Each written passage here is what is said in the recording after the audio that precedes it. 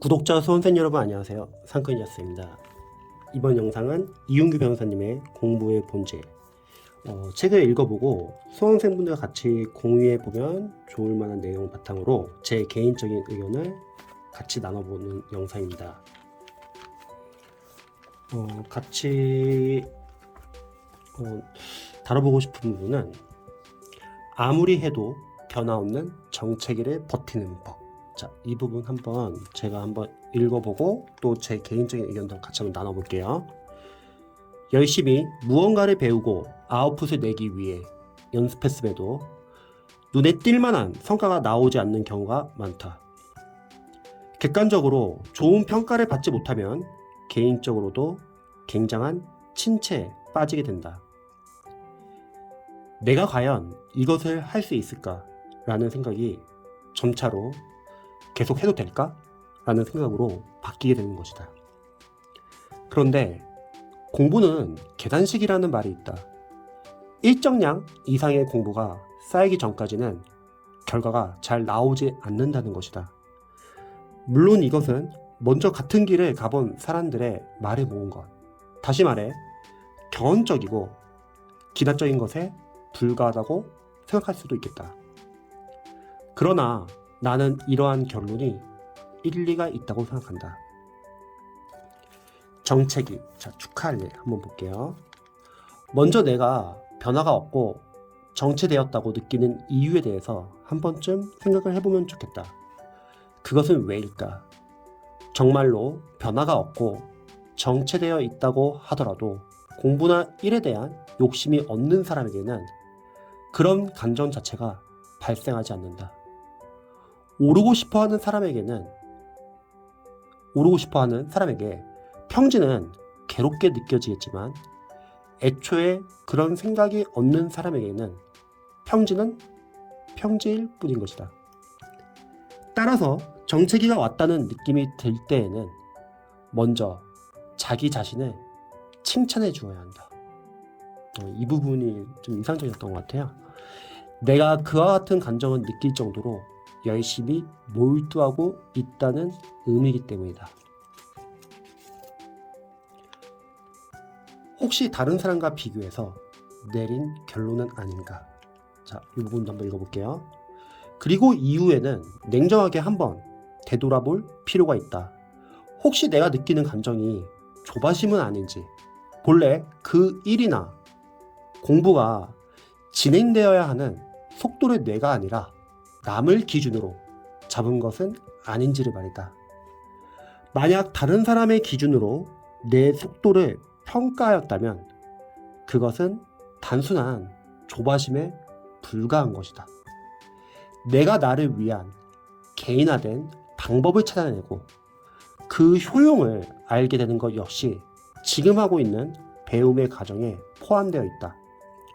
나를 남과 비교할 것이 아니라 어제의 나와 오늘의 나를 비교해야 한다. 자, 이제 마지막 부분입니다. 내 노력의 가치를 믿어야 한다. 만약 그러한 조바심도 아니고 내가 나의 속도로 가고 있음에도 정체기를 겪고 있다고 판단된다면 이제 내가 할 수 있는 것은 내 노력의 가치를 믿는 길밖에 없다. 내가 모든 일의 성취 과정을 가늠하고 그것을 더 앞당길 수 있는 능력을 가지고 있는 것이 아닌 이상 묵묵히 그 과정을 수행하고 앞으로 나아가려고 노력하는 것 외에는 더 할 수 있는 것이 없기 때문이다. 그리고 그 노력에 갚아야 성취와 결과가 주어질 것이기에 내가 할 수 있는 것은 역시 부단히 노력하는 것 외에는 없다. 이렇게 보면 내가 하고 있는 공부나 일에 있어 가장 중요한 것은 나의 노력이라고 할 수 있겠다. 나는 내가 하는 노력의 가치에 합당한 평가를 내리려고 노력해야 한다. 정체기를 겪고 있다는 것을 인지하고 그것으로부터 빠져나오기 위해 발버둥치고 괴로워한다는 것은 내가 나의 발전 가능성을, 나의 꿈과 미래를 믿는다는 의미이다. 달리 말하면 나는 나의 꿈과 미래를 위해 이 정체기의 순간 속에서도 여전히 노력을 하고 있는 것이다. 그렇다면 지금의 이 노력이 적어도 내 인생에서는 가장 값지지 않을까? 이 노력이 적어도 내 인생에서는 가장 고귀하지 않을까? 자, 이렇게 한번 읽어봤습니다. 관련해서 저도 제 개인적인 의견을 좀 같이 나눠볼게요.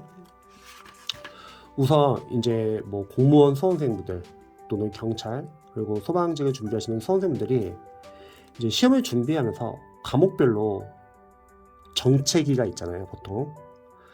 저도 이제 수험생들 오랫동안 관리를 해보면서 느끼는 게 정체기는 올 수밖에 없어요. 왜냐면 우리가 공부한 만큼 바로바로 아웃풋이 잘 되는 것도 아니고, 그리고 우리가 이론을 안다고 해서 문제가 잘 풀리는 건 아니거든요.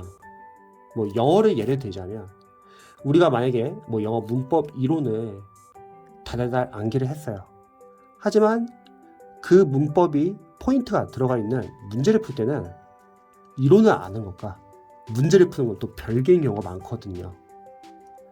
사실 문제를 풀면서, 즉 아웃풋 연습을 하면서 틀리고 대신에 풀고 나서 관련 출제 포인트가 무엇인지 한번 체크해보고, 그리고 문법 이론이 어떻게 문제에 적용되었는지 확인하면서, 그러면서 이론을 더 공고히 다질 수 있다는 거죠. 그래서 정체기는 가정상의 문제인 겁니다. 사실 이 부분을 이제 잘 아는 수험생도 많이 계시는데, 이제 기초 수험생들 중에서는 많이 힘들어하는 부분이기도 합니다. 왜냐면 기초 수험생분들은 잘 모르시는 분들은 기본서 과정이 한번 끝났다 그러면 뭔가 평가를 받고 싶어 해요. 내가 지금까지 공부를 제대로 했는지, 뭐 2개월, 3개월, 4개월 여러 과목의 기본서를 끝내고 나서 이제 좀 그래도 공부한 시간이 있으니까 어느 정도 풀려야 될 텐데, 또 누군가는 막 모의고사를 본다거나. 근데 중요한 거는 점수가 안 나오면 그때 이제 많이 힘들어합니다. 또 불안해하기도 하고요. 그래서 정책이라는 거는 우리가 사실 해독을 이제 많이 하고 아웃풋 연습을 하기 전까지는 나올 수밖에 없습니다. 그리고 이윤규 변호사님이 책에서 적었듯이 사실 우리가 이렇게 공부를 하는 거를 본인이 선택을 했기 때문에 그 선택 과정 안에서 분명히 힘든 일은 많이 있을 거예요. 뭐 정체기가 아니라 하더라도 여러분들이 수험 공부를 하면서 이제 단계별로 공부를 하면서도 힘든 경우가 많잖아요. 그러니까 누군가는 모의고사 점수가 시험이 얼마 안 남았는데 점수가 잘 안 나와서 힘들어하시는 분도 계시고, 또 누군가는 슬럼프가 걸려서, 또 누군가는 열심히 공부했는데 점수가 안 나와서, 정말 다양하다는 거죠. 그래서 저는 그런 수험생들에게 제 의견을 좀 알려드리면, 좀 당분간은 버티시면 좋을 것 같습니다. 근데 언제까지 버티시면, 일단 기본서랑 기출의 분석이 끝나고, 그럼 기출을 볼 때 우리가 지역적인 포인트까지 다 보려고 하면은 너무 오래 걸리고, 저는 늘 항상 우선순위 위주로 보자고 하죠. 강사가 교재나 인강에서 중요하다고 선별한 부분, 그리고 우리가 기출을 해독을 하면서 자주 반복돼서 출제되는 부분, 세 번째는 일단은 상위 직렬이나 타직렬 기출보다는 여러분들이 준비하고는 주요 직렬의 일단 기출 포인트를 먼저 찾자는 거죠. 그렇게 해서 한 최소 3회독 정도까지는 해야지 어느 정도 그 과목에 대한 기반이 잡힐 수 있다고 생각합니다. 즉 시간이 필요한 문제예요, 이거는. 그래서 초반에 공부를 처음 하시는 분들이나 기초 수험생들은 너무 잘하려고 막 기대치가 높아지면 그만큼 실망할 수도 있거든요. 근데 공부를 많이 해보신 분들은 과거에 수능 때도 비슷한 경험들이 많기 때문에 그런 선생님들은 감안하고 공부를 해요. 하지만 공부를 처음 하거나 혹시 조바심이 너무 나가지고 좀 확인하고 싶어 하거나 그런 선생님들은 참고로 해보시면 좋을 것 같습니다. 그리고 그렇게 중요 포인트가 어느 정도 잡히고 나서는 계속 여러분들이 이제 문제풀이 단계에서 아웃풋 연습을 하실 거고, 남는 시간에는 기출에서 상위 직렬, 타직냐, 이제 지적인 부분을 차차 확장하면 되는 거죠. 또 이 부분에서 같이 좀 공유해 볼 만한 부분이 이런 부분도 있죠. 혹시 내가 느끼는 감정이 조바심은 아닌지, 본래 그 일이나 공부가 진행되어야 하는 속도를 내가 아니라 남을 기준으로 잡은 것은 아닌지를 말이다. 이 부분도 상당히 공감이 되는 것 같아요. 학원 현장에서 이제 학생들 관리를 하거나 이제 온라인에서 이제 수험생들 멘토링을 하거나 상담을 해보면은 종종 남과 비교하는 수험생들이 계세요. 물론 그럴 수 있죠. 왜냐면 다들 공부한 시기도 다르고 공부한 기간도 다르고, 내가 지금 나는 이제 막 기출 들어가려고 하는데 어떤 재시생분은 이미 기출 해독을 많이 돌려가지고 막 모의고사 풀고 있거나, 나는 아직 기본서 보고 있는데 남들은 뭐 합격 노트나 여러 가지 요약서를 보고 있거나, 그러면 불안해진다는 거죠. 그런데 이게 남과 비교하면은 정말 끝도 없는 문제가 될 것 같아요. 나보다 더 일찍 시작하신 분들도 계시고, 그 일찍 시작하신 분들도 그만큼 시간을 투자했기 때문에 당연히 공부를 많이 했기 때문에, 그러면 그런 비교를 하다 보면 자신감이 떨어질 수밖에 없고 더 조급해질 수밖에 없다는 거죠. 그런데 중요한 거는 그분들이 여러분들하고 경쟁하는 건 아닐 수도 있다는 거예요. 뭐 지방제 예를 들자면 다른 지역일 수도 있고 다른 직렬일 수도 있고, 대신에 그런 자극은 나쁘지는 않은 것 같아요. 만약 나보다 더 많은 양을 공부를 했거나 나보다 앞서 나가서 공부하시는 분들이 계시면은 그런 분들이 경쟁자라고 생각해가지고 괜히 조바심을 내가지고 불안해하면서 공부하면서 시행착오를 하는 것보다는 차라리 저렇게 열심히 공부하시는 분도 계시구나, 그럼 나도 더 열심히 해야겠다. 저분이 만약에 저런 식으로 진도를 많이 나갔고 공부를 많이 했다고 하면 지금 내가 주어져 있는 이 환경에서, 이 상황에서 저분만큼 이제 공부를 더 열심히 하기 위해서 나도 이제 시간 관리 좀 더 잘해야겠다. 약간 이런 식으로 좀 긍정적으로 생각해 보시면 좋을 것 같아요. 예전에 저희 학원 케이스에서 그런 경우가 있었어요.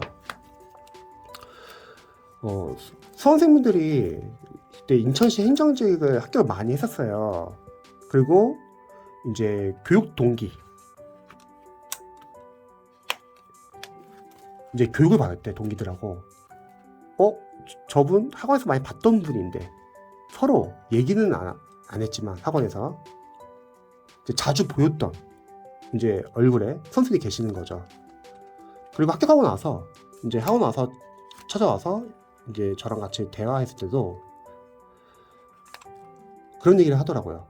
자신이 많이 본인이 공부하면서 주변에서 많이 봤던 분들이 많이 계셨다. 저는 그때 그런 생각이 들었어요.